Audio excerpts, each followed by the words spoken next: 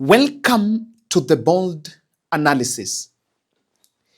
It is a political suicide for Mount Kenya MPs or leaders in Mount Kenya to wage any sort of war with Rigathi Gachagua at this time. The reality is sinking that there is a transition that has already happened there. And it goes without any doubt that Rigathi Gachagua message is penetrating the masses. In this podcast, I'm going to explain the political game chess within Mount Kenya, why a scheme for the MPs to attack Rigathi after the Waiguru Mbarire clash seemed to have failed. Rigathi is back in Kirinyaga, and Kirinyaga reception a day after the protest is actually revealing more than what meets the eye. Kindly subscribe to our channel, click the notification bell and like our videos. Thank you very much. I have realized that quite a number of our viewers are yet to subscribe to our channel. So if you've not subscribed and you've been watching our videos, I want to take this special request, make this special request for you to subscribe. Subscription is absolutely free. Ladies and gentlemen, I want to say thank you very much. I called on you guys last week to help us respond on a distress on Peter Osera, the 75-year-old, our grandfather from Kisii, was called me that alikuwa na kujua damu. And that was a very critical condition.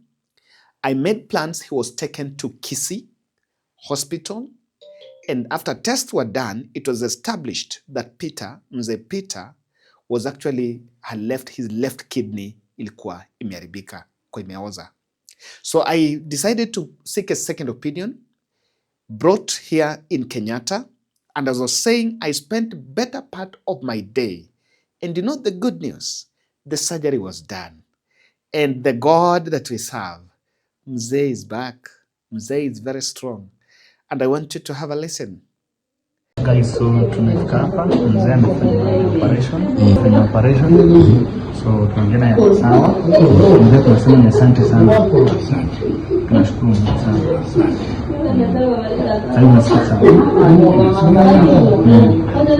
Sasa kesho kitu kimebaki ni kutoa Mzee, alafu aelekee sehemu za nyumbani. Naona kwamba dunia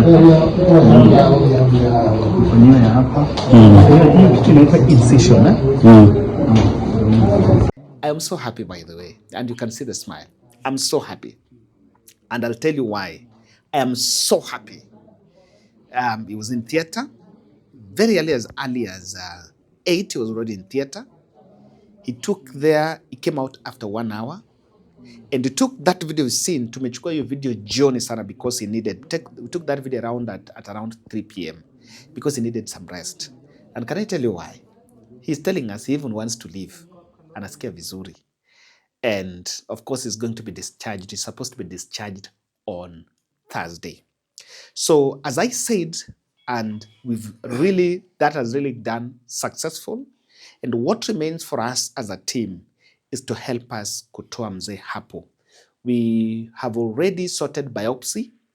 We only have a deficit of around 60,000 so that we top up on what SHA has paid, because I said the SHA was paid when he was in Kisii. So we're going to do just a top up. What the deficit we're remaining with is around 60,000, so that if I can do that on Thursday morning, tutoe Mzee hospitali, tuweke Mzee kwa ndege, aende nyumbani.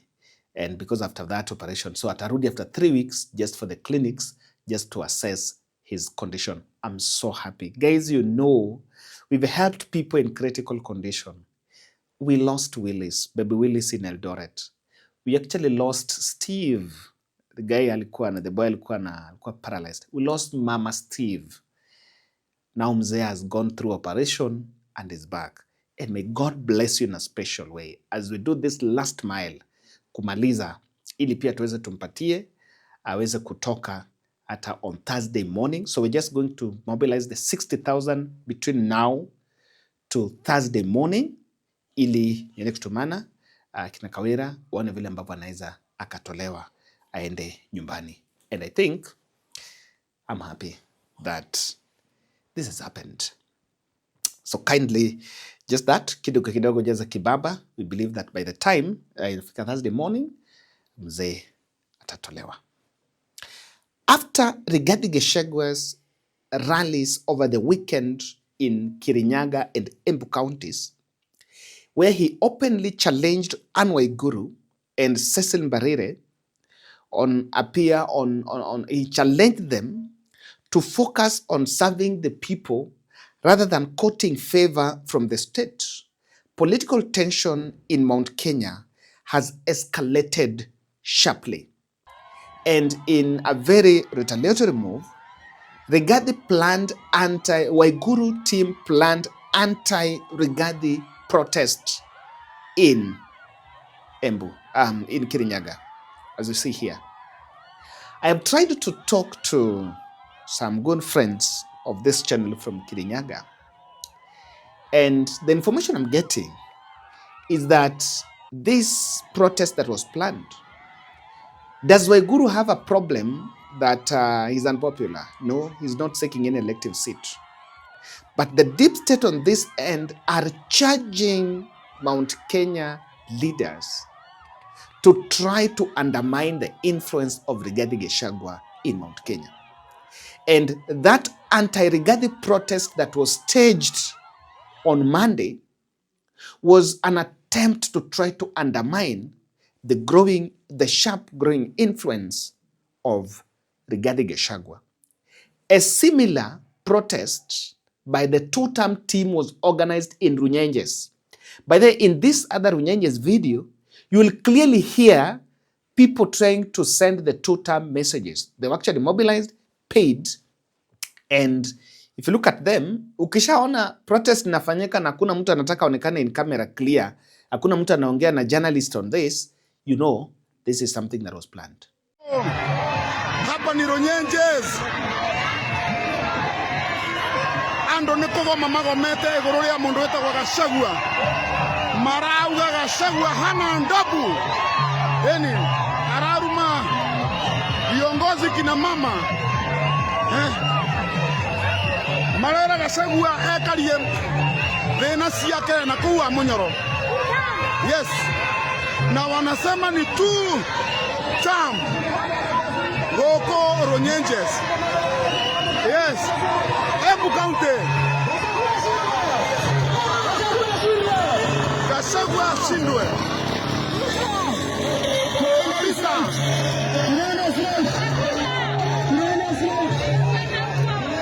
Yes. So that was the issue. That was their plan. The deep state launched a charade on online attacks on Rigathi Gachagua as trying to profile him as someone who was disrespecting women leaders. I did that analysis here. We listened to what Rigathi Gachagua said. Rigathi Gachagua said that President Ruto is using Waiguru and Mbarire to divide Mount Kenya. And he called them traitors. Those are political statements. Now, what happened, just because that was heating, they decided to turn it around to spin a political narrative that Rigathi Gachagua may disrespect Mount Kenya women leaders. And I saw Rosa Buyu, Kisumu West Member of Parliament, talking in my county in Siaya, shared that video here, attacking Rigathi Gachagua, allegedly that Rigathi Gachagua is disrespecting women leaders. But do you know what happened? Unlike in the past, a section of, there are several Mount Kenya MPs, women MPs, and with senators, women leaders, and other male leaders. There was a press briefing that was organized in a Thika hotel, coordinated by a female member of parliament from Kiambu County to attack to defend Waiguru and Barire from Rigathi attacks, so that they could actually trend a narrative on Rigathi's attacking women, and that meeting never happened. That press briefing did not happen. Now, and even when Rigathi had another altercation with Alice Wahome some time back, it didn't work. However, in a dramatic show of force, Rigathi returned a day after that protest. Rigathi returned to Kirinyaga, Waiguru's own backyard, signaling that he's not backing down from asserting his position as the undisputed Mount Kenya kingpin.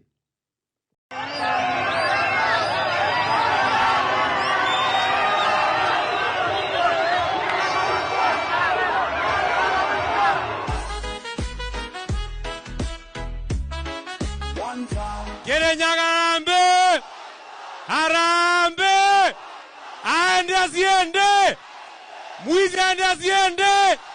Muuaji aende asiende! Kasongo aende asiende! Mambo ya Kasongo ni kufinish. Mimi nakuuliza wewe Mombi, tangu Kasongo alete mchele kutoka Pakistan ndio watu wa Mwea waumie, ulikosa wakina mama hata 300 wakuje kwa barabara wapige kelele Kasongo aone aibu.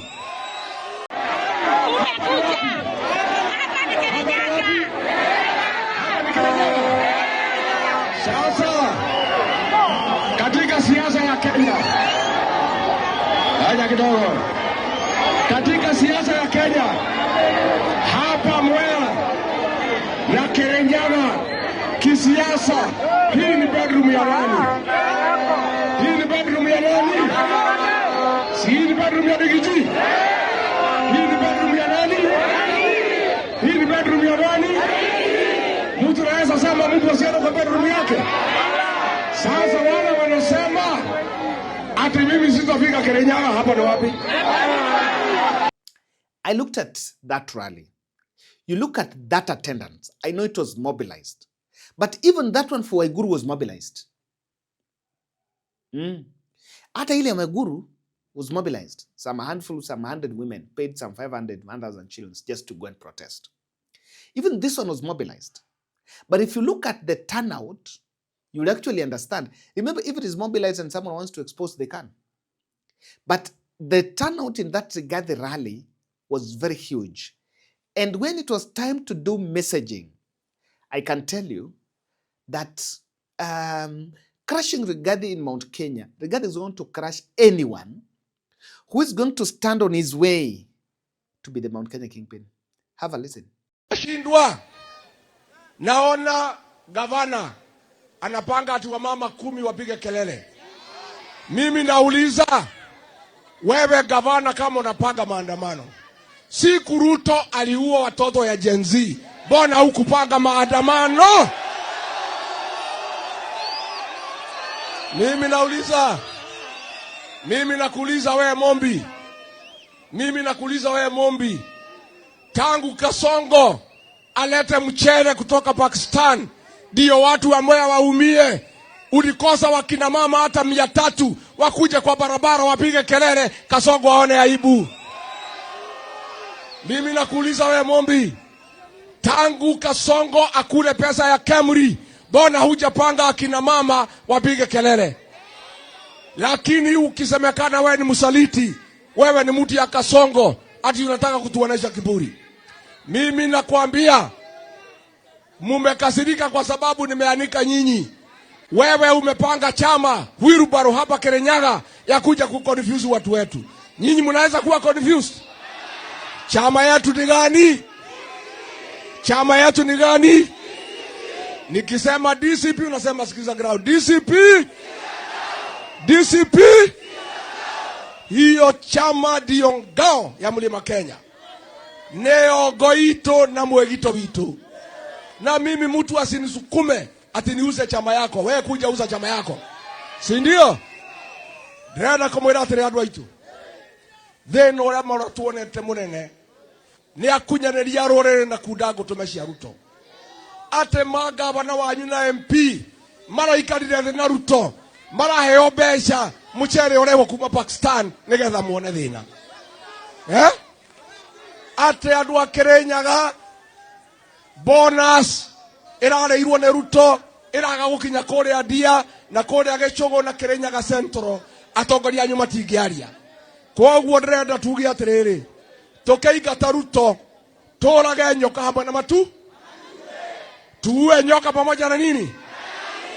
Nyoka yetu ni gani? Nyoka ni nani?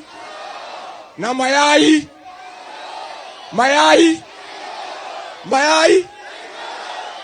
mayai ni mjumbe wenu, si ndio? Tuue nyoka pamoja na nini?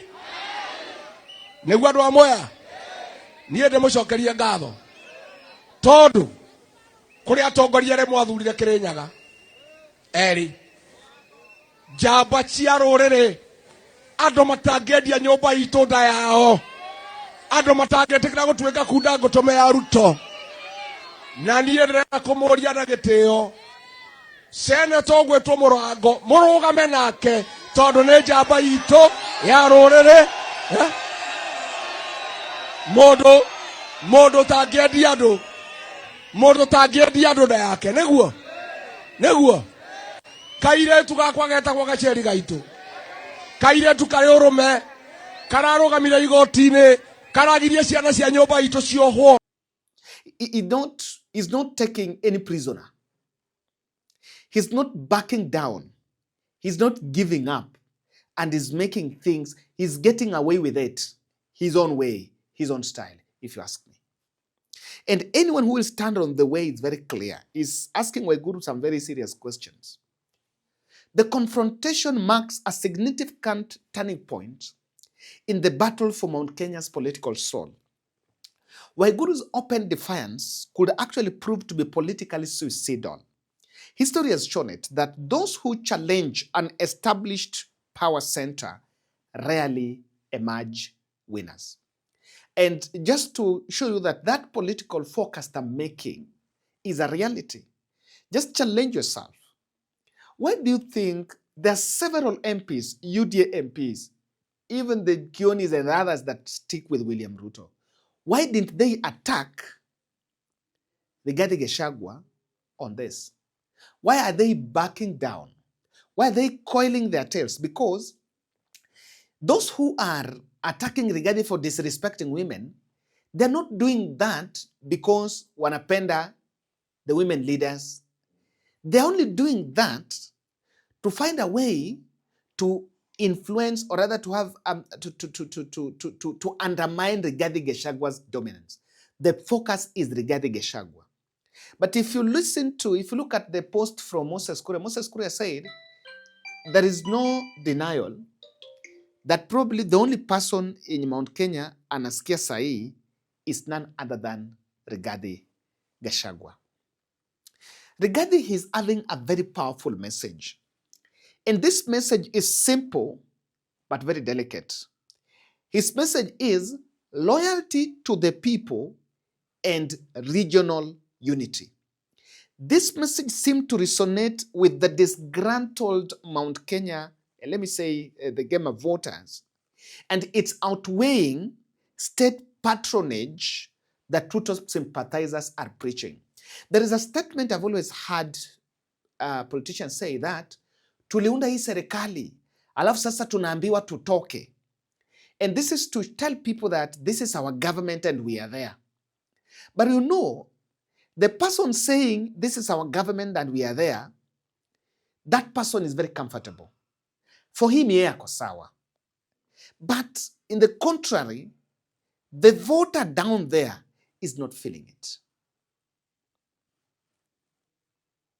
And that is why, when Rigathi is talking about unity, that message is resonating. Why? And I have to explain to you why it is playing another one. In this unfolding political chess match, Waiguru risks being sent into political oblivion. The mountain has little tolerance for some perceived betrayers. The issue of betrayal is very huge, and it has been amplified by Rigathi Gachagua's impeachment. Gachagua's re-entry in Kirinyaga today underscores one thing, that you do not challenge. him and get away with it. In the next 3 minutes, I want to explain to you why this message of let us unite as a region and be loyal to our people is more powerful than let us take in this government, we formed it. It's simple.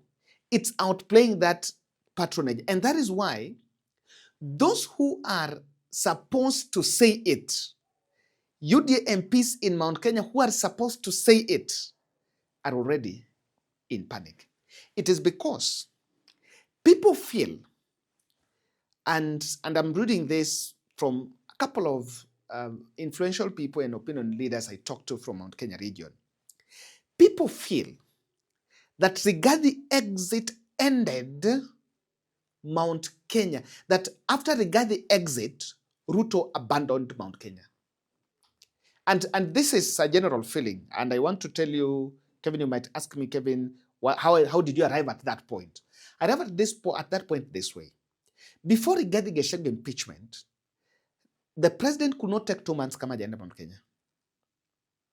If it is not a burial, it is a church service, or it is a political rally, or it is something. Do you know there have been delegations, just meeting delegations in State House. Now, there was a time the president was talking about Mount Kenya coffee, Mount Kenya tea, Mount Kenya this, Mount Kenya mira. Now, the language of the agriculture there seemed to have gone down. By that time, it was selfishly being pushed because someone wanted to resonate with the voter.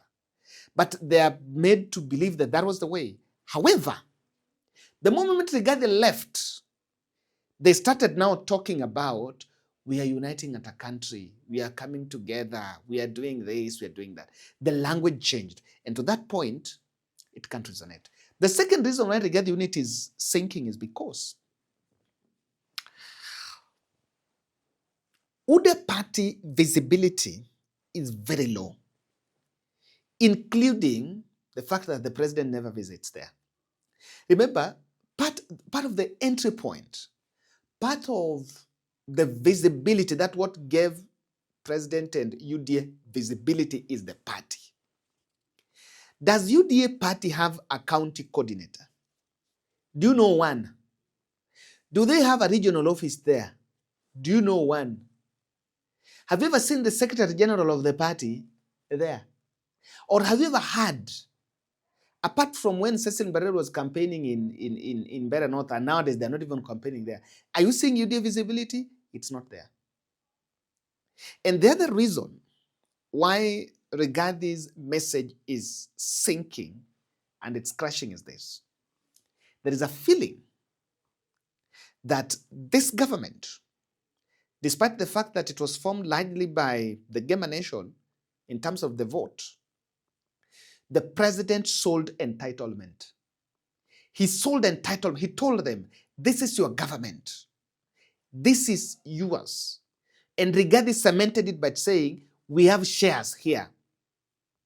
We may not want to agree, but the perception out there is the fact that they need to consider a new government they formed. They have not taken Rigathi, they have not taken Kindiki as the man on that table. And so the feeling here is that we need to think about the next government. And this has been caused largely even by the Gen Z killings that happened.